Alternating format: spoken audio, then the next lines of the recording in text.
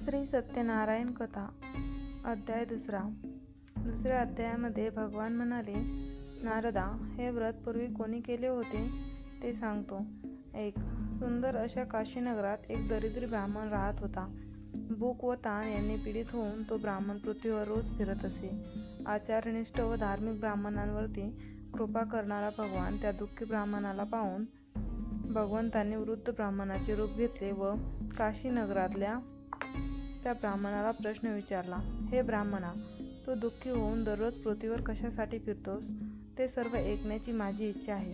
हे ब्राह्मण शिष्टा, ते तू मला सांग. हे वृद्ध ब्राह्मण रूपी भगवंताचे भाषण ऐकून तो ब्राह्मण म्हणाला, मी अतिशय दारिद्र्य ब्राह्मण आहे. मी भिक्षा मागण्यासाठी रोज पृथ्वीवरती फिरतो. हे भगवंता, दारिद्र्य नाहीसे करण्याचा एखादा उपाय आपणास माहीत असेल तर तो कृपा करून मला सांगा. असे ब्राह्मणांचे भाषण ऐकून भगवान म्हणाले, सत्यनारायण नावाचा विष्णू सर्वांच्या सर्व इच्छा पूर्ण करून मनातील फल देणारा आहे. जे व्रत केले असता मनुष्य सर्व दुःखातून मुक्त होतो.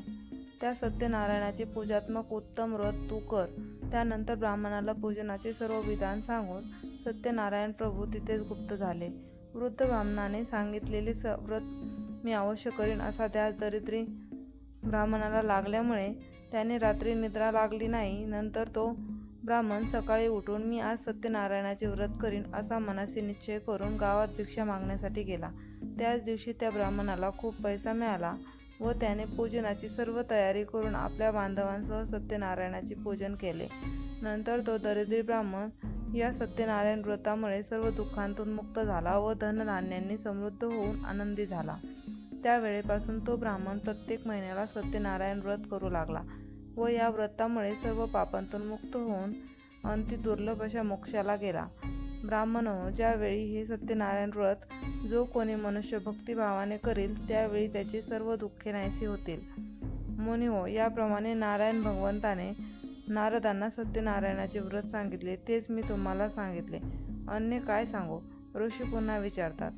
त्या ब्राह्मणापासून हे व्रत कोणी ऐकले व नंतर कोणी प्रत्यक्ष हे व्रत केले ते सर्व ऐकण्याची इच्छा आहे व श्रद्धा पण आहे असे सूत म्हणतात. मुनिहो, हे व्रत पृथ्वीवरती कोणी केले ते सांगतो, ते ऐका. एकदा हा ब्राह्मण आपल्या वैभवाप्रमाणे आपले बांधव व इष्टमित्र यांसह आनंदाने व भक्तीने हे व्रत करीत असताना लाकडे विकणारा मोळीविक्या त्या ठिकाणी आला. तो मोळीविका तहाण्याने व्याकुळ झालेला असल्याने मस्तकावरील मोळी बाहेर ठेवून ब्राह्मणाच्या घरी गेला व तो व्रत करत आहे असे पाहून त्याला नमस्कार केला व विचारले, महाराज, आपण काय करत आहात व हे व्रत केल्याने काय फळ मिळते ते विस्तारपूर्वक सांगा. ब्राह्मण म्हणाला, सर्व इच्छा पूर्ण करणारे असे हे सत्यनारायणाचे व्रत आहे. त्याच्याच कृपा प्रसादाने मला पुष्कळ धनधान्य मिळाले आहे. नंतर मोळीविक्याने हे व्रत समजावून घेतले व अंती आनंदाने प्रसाद भक्षण करून पाणी पिऊन शहरात मोळी विकण्यासाठी गेला. सत्यनारायणाचे चिंतन करीत लाकडाची मोळी मस्तकावर घेऊन या गावात लाकडे विकून जे द्रव्य मिळाले त्या द्रव्याने मी सत्यनारायणाचे उत्तम पूजन करेल असे मनाशी ठरवून व धनिक लोक ज्या जंगलात राहत होते तिथे तो गेला व त्या दिवशी त्याला दुप्पट द्रव्य मिळाले. नंतर त्याने आनंदी अंतःकरणाने उत्तम पिकलेली केळी, साखर, तूप, दूध, गव्हाचा रवा सव्वा किलो या प्रमाणात खरेदी करून आपल्या घरी आला व आपले बांधव व इष्टमित्र यांना बोलवून विधियुक्त रीतीने यथासांग सत्यनारायणाचे पूजन केले. या सत्यनारायणाच्या व्रताच्या प्रवाहाने तो मोळीविका धनधान्य व पुत्र इत्यादी संपत्तीने युक्त झाला व या लोकात सुख